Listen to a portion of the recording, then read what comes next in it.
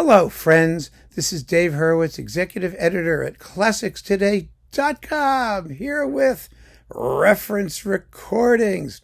And today we are talking about the Franck Symphony in D minor. Now, this is a reference recording that everybody agrees. I mean, there are few of those, really very few of them, where everybody is sort of in agreement. I mean, I talk about there being a consensus, and there is a consensus, but the size of that consensus can vary, of course. And for many people who are newer to the world of classical music than I am, the consensus will be a little bit different from what it was when I'm taking it into account. Of course, my consensus is a broader and more accurate consensus than anybody else's consensus. We all know that, right? That's why you're watching me. But the Franck D minor, nah, it's just a consensus. A plain, ordinary, everyday, perfect consensus. Here it is. Pierre Monteux with the Chicago Symphony Orchestra. It was recorded in 1959. Yes, it's absolutely amazing. And so is the coupling, by the way. I need to digress just for a minute because the coupling is his Boston recording of Petrushka. Stravinsky's Petrushka, which is also amazing. Why? Because we just talked about Klaus Mekela's horrendous, awful, sluggish, depressing, miserable, oleaginous, revolting recording of Petrushka with the Orchestre de Paris, but Monteux conducted the premiere of Petrushka. And he lived to make this recording in 1959 or 61, pardon me, with the Boston Symphony 61. Amazing and gorgeous stereo. And the fascinating thing about this performance, which I just listened to clear my ears, was that the tempos overall, the whole work, are not so different. I mean, this is like 34 and a bit minutes, and what's his name? You know, the Ken doll of classical music, his recording is like 35 and a bit. But they're only a few seconds apart, but the difference is like night and day. This is fresh, it's lively, it flows effortlessly, it has color and vividness, and his is dreary and soporific. That's the word, soporific. So yeah, it's very fascinating to hear. And we know what the piece is supposed to sound like because there he was doing the premiere. Pretty cool, huh? And Monteux, to get back to our topic, Monteux, of course, was not conducting the premiere of the Franck, which happened in 1888, but he was there. He actually was there. He was 12 at the Concerts Cologne, Edward Cologne's concerts, I believe it was, caused a riot, the symphony, an absolute riot. Why? Because it used an English horn in the slow movement. God forbid! Oh, it was frightening. All those Parisians, they had this very fusty idea of what a symphony was supposed to be. It didn't just have an English horn, it had a harp.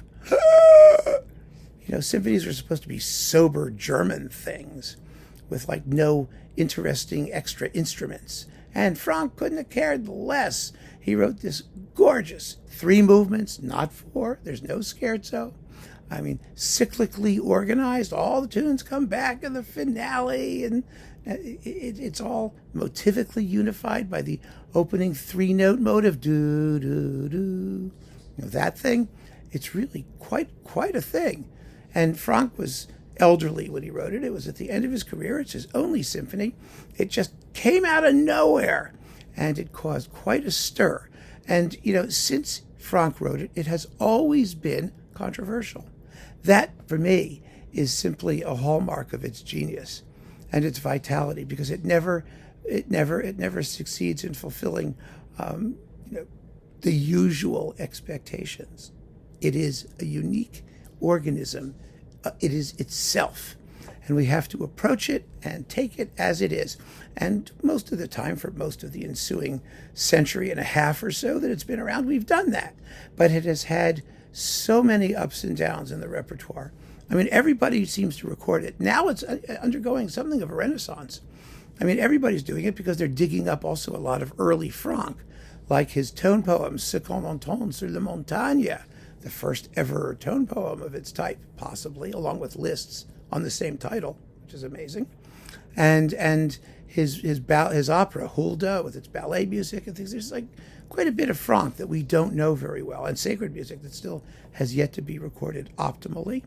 But the fact of the matter is, this is one of the great French symphonies. It birthed the entire school of French symphonism.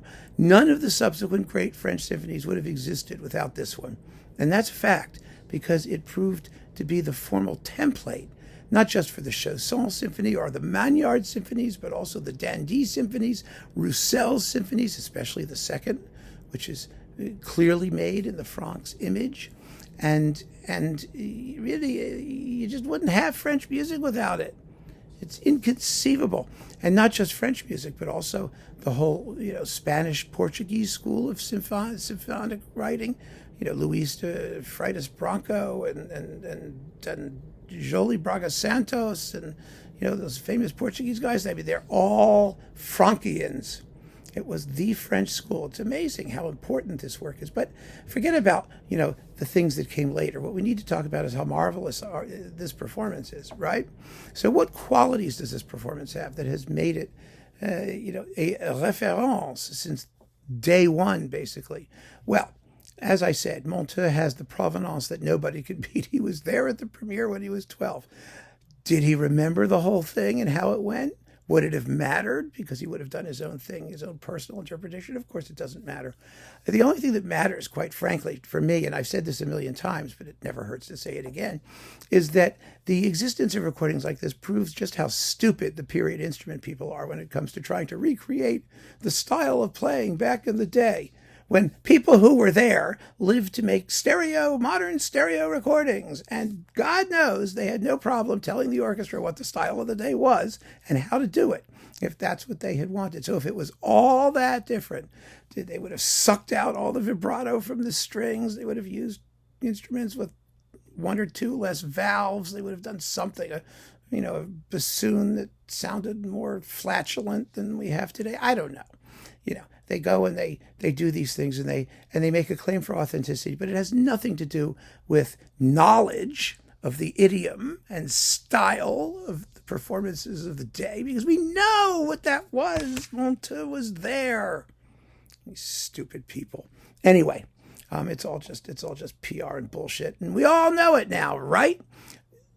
Monteux's qualities as a conductor were this effortless naturalness of delivery in just about anything he did. Really, I mean, he was in his 80s when he made this recording. He could have been in his 20s. It is as fresh and lively and organically unfolding as any version you're going to hear. And this was, let us not forget, Reiner's Chicago Symphony. So we get unbelievably disciplined orchestral playing. I mean, Monteux was no slouch that way either. He was a real orchestra builder in his career.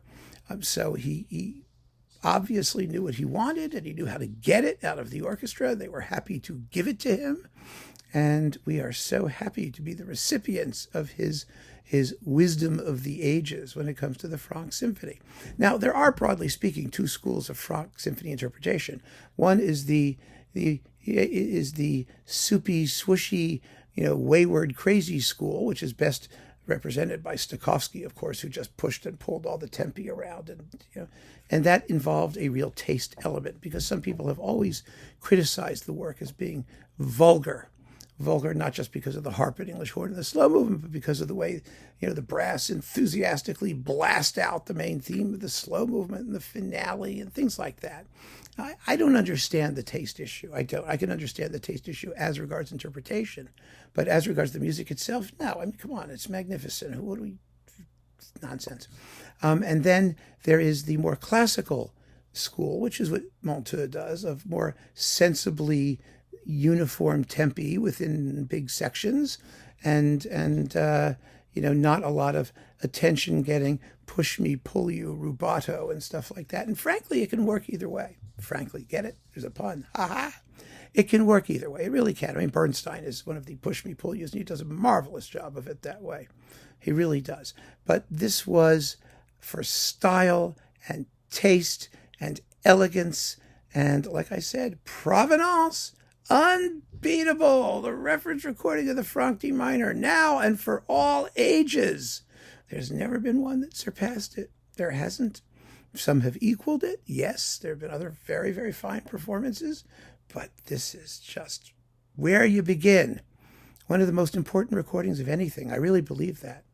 I really believe that, and deservedly the reference. I mean, it's a great recording, but it's also an amazing connection to the past, and we are so lucky to have it. So keep on listening, friends. Thanks for joining me, and take care.